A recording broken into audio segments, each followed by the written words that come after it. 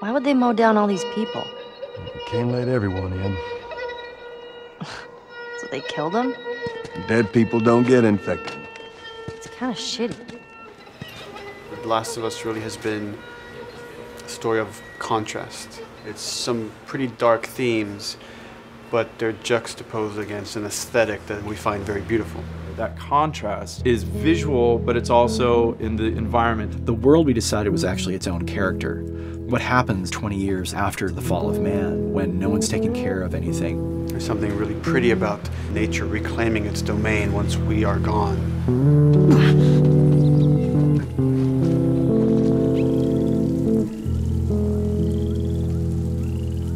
So everything we're doing in the environments is relating back to what you should be feeling in the story or what's happening to these characters. You as a player, you as Joel, you can look at these things and reflect about how much we've built and what we've lost.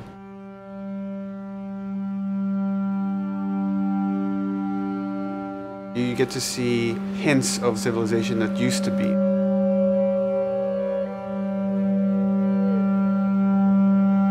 Each level has, a lighting artist, a modeler, and a texture artist, and we all work together. This was the block mesh that they gave me, and it's at the interior of a building. I had to be mindful of where I had set the lighting up in the color script, how it would be coming through the windows and lighting this area, which would give us this concept. I keep everything on separate layers, so say if they don't want the guys in the concept, I can take them out, or if they don't want the closet there, I can take that out really easily. Keep everything really flexible. Well, Naughty Dog, we really try to cultivate a culture where anybody is encouraged to criticize anybody else's works. And we find that the more we do that, the better the game gets. We don't have a lot of meetings because most of the meetings are you and 2 other people hanging out at somebody's desk. If you need something to get done, you just go find that person and you talk to them about it. So, dude, I was actually trying to figure out right here, there should probably be some dead foliage.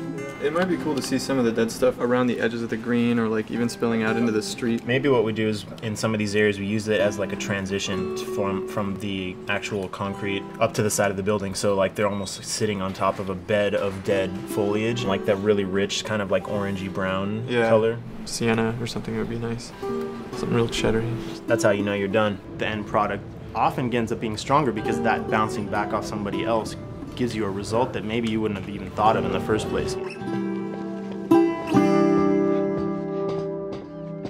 All right, here's the bridge. That's our way out of here. Mandatory evacuation. Evacuate to where? What do you think? Quarantine zone. See, some places got a heads up before the infection showed up. Most didn't. We consciously take in consideration lighting in the beginning. I've never ever focused so much on lighting and how much sensitivity there is to that here. Did you talk to the character artist about her hand? So her face is getting a lot of speck, but then her arm is just bone dry.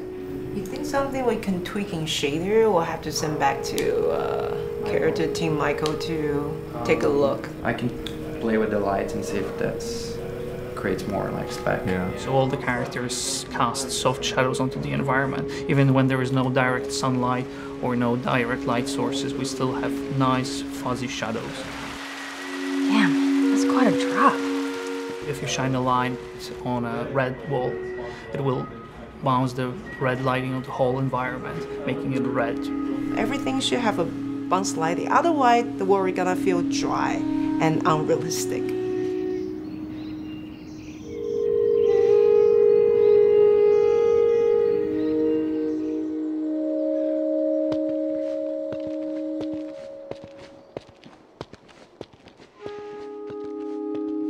Once I finish the concept, they take it at 3D artists and lighters, VisFX guys, and they'll bring it into the game engine. They got the same sign, all the foliage, lighting. That's how it kind of translates from the color script to the finished game that you play. This way.